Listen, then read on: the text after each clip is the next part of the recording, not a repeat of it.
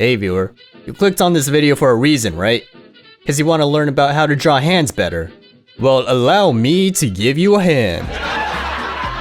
Thank you, I'll be here all day. I just learned a super secret special hand drawing technique, and I'm here to share it with you now. Are you ready to take notes? Alright, here we go! Learn hand anatomy. Nah, I'm just playing. Here's the actual tip. Draw a finished box for the palm of the hand. Then draw 3 boxes on top of it to represent the first 3 fingers: the index, middle, and ring finger. The middle box should be around the same length as the palm, and the index and ring finger boxes should be a little bit shorter than that. To get the rest of the palm with a pinky finger in it, draw a slanted box to the side of the first palm box. The pinky finger box should only go up to around the 2/3 point on the ring finger.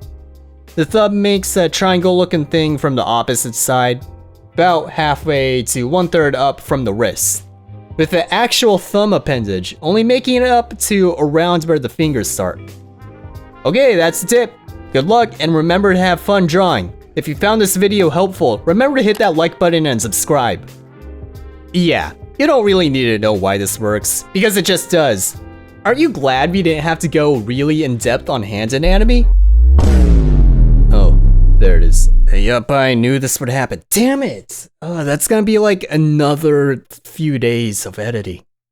Okay, so the hands can be divided into 2 main parts: the palm and the fingers, plus thumb.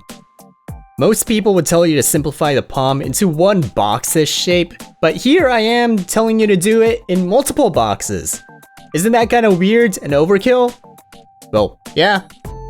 Also, you don't have to follow this method if you don't want to. That's the beauty of art. If you're doing fine with your hand drawings already, you don't need to watch the rest of this video. But if you've already watched Proko's hand drawing videos and your hands still suck, why not give this a shot? I'll give you the basic rundown of why I think splitting the palm up like this works. First, the knuckles. The pinky starts at a much lower position compared to the other 3 fingers. A lot of simplification styles will simplify this as a diagonal line going down from the index finger. And yes, this does work as a simplification, but it can be a little ambiguous when you start cleaning the drawing up and adding details. The index and ring fingers are on roughly the same level, with the middle finger knuckle extending out slightly, but only slightly. Because of this sharp difference, you can just draw the pinky knuckle separately, a little bit down. Now, everyone's hands are different, but I think this would probably apply to a lot of people's hands. Probably. Oh, the second reason to split off the pinky is that there's a little fat pads in this area. Quick anatomy lesson. The index, middle, and ring fingers are attached to the arm basically with only tendons, oversimplified. As a result, the middle part of the palm appears to be pretty thin. But the pinky and the thumb have big muscles that let them move around and do grippy stuff that the other 3 fingers can't.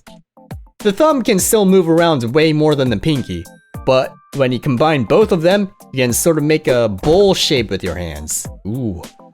So yeah, you have 2 big muscle pads on the inside of your palms for the thumb and pinky. Actually, you can make that 3. This upper part, which is around the same height as the knuckles, but that only shows up when you start closing the hand.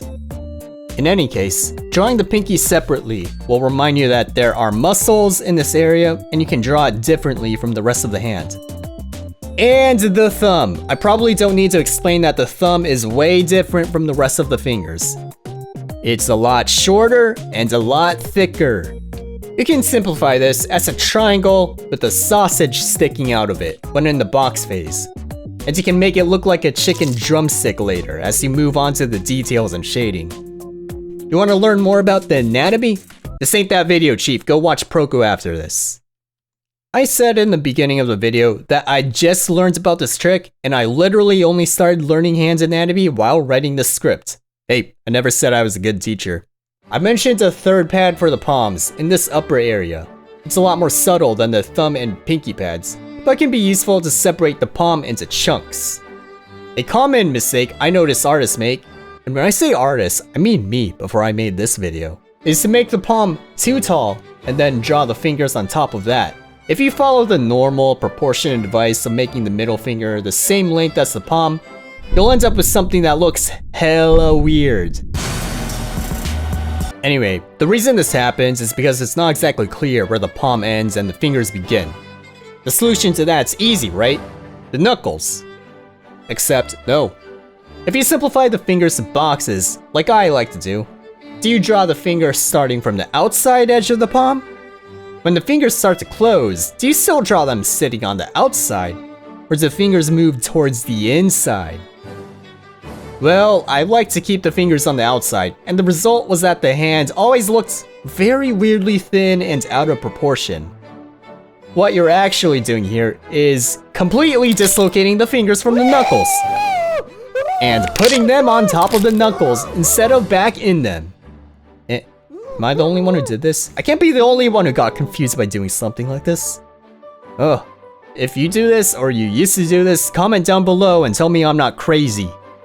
Anyways, the fix for this is to correctly use the knuckles as a joint by rotating the fingers as they close. So instead of attaching the fingers to the outside of the palm, you attach them to the inside of the knuckles like you're supposed to. If you separate out this third pad around the knuckles area, you can actually use this as a reference point for how to attach the fingers. Basically, you draw a line from the center line of this pad, and that will be the direction of the first digit of the finger. Which segues us into how to draw fingers. Big avoid drawing blobby sausages. Second biggest thing is that the joints in the finger don't rotate. If you draw each segment of a finger going in random directions, that don't look too good. The knuckles are a ball joint, so they can rotate ever so slightly. So if you need to change the display angle of the fingers, start from the base of the finger. The fingers are angled slightly towards the middle finger. So using the middle finger as the landmark is a good idea both for finger length and finger angle. Oversimplification, of course, but it's good to keep these things in mind. If you want to quickly draw something quick for the fingers, you can use thin lines and draw circles for the joints. I draw over these lines with boxes. Some people like cylinders, but it can be hard to tell what direction the finger is going in. A box is more concrete, and it's clear what is a valid and invalid move for the finger. Plus, it helps a lot when detailing, because the top of a finger is flat, while the bottom is fat. So, if you draw fingers like blobs or boxes, try making the top have a sharper plane, and then contrast it with a kind of blobby bottom. Trust me, this will instantly improve your fingers by a lot. Any extra detail is anatomy stuff that I don't want to get into, because I'm writing the script after a full day of work and 5 hours of sleep, and I didn't even have coffee this morning.